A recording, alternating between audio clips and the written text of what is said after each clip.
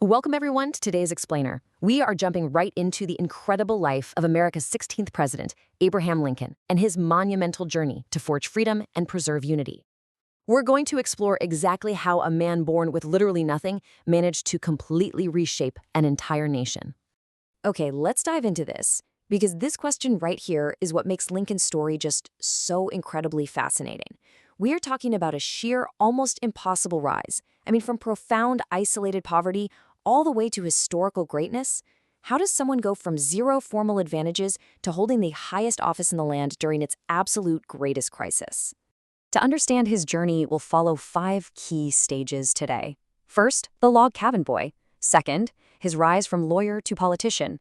Third, the moment the Civil War erupts. Fourth, his defining choices around Emancipation and Gettysburg. And finally, his assassination and enduring legacy. Section 1. The Log Cabin Boy from the Kentucky Wilderness. Born in a tiny, single-room log cabin in Hodgenville, Kentucky, way back in 1809, to incredibly poor parents, Lincoln's youth was entirely defined by extreme hardship. His mother died tragically when he was just 9 years old. After that, he was raised by his sister Sarah and his beloved stepmother, Sarah Bush Johnson. And to just survive, he took on an amazingly varied list of manual labor jobs. We're talking shopkeeper, surveyor, postmaster. He literally split firewood with an axe for a living. But crucially, his time working as a boatman floating down the Mississippi River exposed him firsthand to the brutal, harsh realities of the slave trade. And that was an experience that would shape his moral compass forever. Now, think about this number, 1. That represents the total cumulative number of years of formal schooling Abraham Lincoln ever received in his entire life. 1 year. It's a stark, almost unbelievable contrast when you consider his eventual absolute mastery of complex law, constitutional debate, and, presidential leadership. And this brilliantly illustrates how he pulled it off. Driven by a relentless, almost obsessive desire to learn, he basically found a way to educate himself. He'd borrow books from literally anyone he could and read classical literature like Shakespeare and these incredibly dense law books by the dim light of the fireplace. It's really important to note here that his stepmother played a vital role, constantly encouraging his ravenous appetite for reading and self-education. Moving on to Section 2, from lawyer to politician, the rise of a self-made man. So after moving to Illinois and starting a family with his wife, Mary Todd, Lincoln threw himself into the legal profession, transforming all that self-taught knowledge into a real career. And this is where he earned the famous nickname, Honest Abe. But here's the thing, this wasn't just some catchy political slogan. No, it was a rock-solid reputation earned right there in the courtroom. Because of his background interacting with everyday frontier people, he had a remarkably relatable communication style. He had this unique, almost magical ability to take highly complex legal concepts and explain them simply and clearly to ordinary juries. And that made him an incredibly effective, highly trusted lawyer. From there, his political ascent was remarkably rapid. Starting locally in the Illinois legislature in 1834 at just 25 years old, he quickly gained momentum. By 1836, he officially earns his law license. Then he takes a huge step onto the national stage, serving a term in the U.S. Congress in 1845. But the real turning point? That's 1858. Even though he actually lost a Senate race that year, his famous, highly publicized debates with Stephen Douglas gave him national fame. Why? Primarily because he openly and morally opposed the expansion of slavery into new U.S. territories. And that incredible momentum propelled him directly to 1860, where he was elected the 16th president of the United States. The entire foundation of his political platform rested firmly on the principles of the Declaration of Independence. Lincoln, representing the newly formed Republican Party, logically argued for human equality, maintaining that the institution of slavery should absolutely not be allowed to spread into new territories. Now, this principled stance resonated deeply in the North, securing his 1860 election victory, but it completely and deeply alienated the pro-slavery South. Section 3. The Civil War erupts, a nation divided. Lincoln's election triggered an immediate, massive crisis. 7. His anti-slavery political stance was viewed as such an existential threat that 7 Southern states officially seceded from the United States to form the Confederacy. And here is the truly shocking part. They did this before Lincoln even officially took the oath of office in March of 1861. The nation was literally fracturing before he even sat down behind the desk. And the human cost of that fracturing, It's staggering. 600,000. This number represents the American lives lost over the bloody 4-year conflict that followed.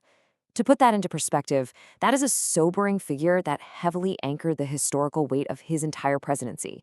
Every single decision he made was shadowed by this immense, tragic loss of life. Let's move to and see how this builds. The tension finally snapped on April 12, 1861, when Confederate forces fired on Fort Sumter in South Carolina, officially starting the Civil War. Lincoln immediately called for an army from the northern states to put down the rebellion and maintain the Union. For Lincoln, this was it.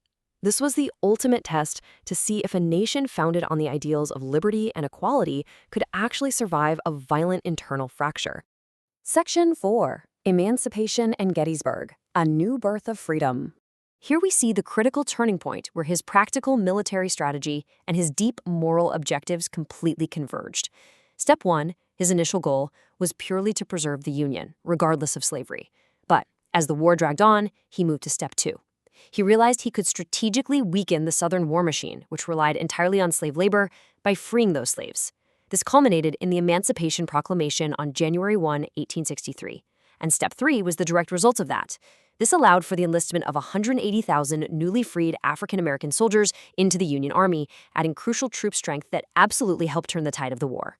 The Emancipation Proclamation was a massive, historic shift. While it initially only freed slaves in the rebelling states, ultimately freeing over 3 million people, it firmly established the end of slavery as a central war aim. And this directly paved the way for the passage of the 13th Amendment to the U.S. Constitution, which legally and completely abolished slavery nationwide shortly after. During this intense time, Lincoln also completely redefined the American purpose. On November 19, 1863, at a battlefield cemetery, he delivered the Gettysburg Address. It was only about 2 minutes long, just 2 minutes, but it contained this immortal quote, "Government of the people, by the people, for the people." He honored the fallen soldiers not just as casualties of a civil conflict, but as heroes dying to ensure that the very concept of global democratic endurance would not perish from the earth. Our final section, Assassination and Enduring Legacy, the final chapter. Now, what's really interesting about this slide is, before we discuss his tragic end, let's look at the personal side of Lincoln with a few delightful trivia facts. Physically, at 6'4", he was the tallest U.S. president and the very first to have a full beard.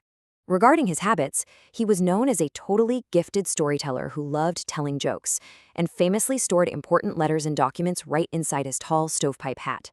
And beyond the war, his achievements were vast. He established the Department of Agriculture and set up a national banking system. He was just a deeply complex, fascinating individual. Well, the brutal conflict finally ended when Confederate General Robert E. Lee surrendered on April 9, 1865. The Union was saved. But a dark shadow hung over his victory. The source material notes this incredibly eerie, highly specific detail. On the very day he was shot, Lincoln actually told his personal bodyguard that he had just had a dream about his own assassination. It's a chilling piece of history that really builds the narrative tension around his impending, unavoidable fate. The tragic events unfolded in Washington, D.C. just days after the war ended. On April 14, 1865, while attending a play at Ford's Theater with his wife, Lincoln was shot by John Wilkes Booth. He never regained consciousness and died the next morning, April 15, at 7:22 a.m. This sudden, violent act cut short his life and, tragically, cut short his stated plans to generously forgive and rebuild the healing southern states during Reconstruction.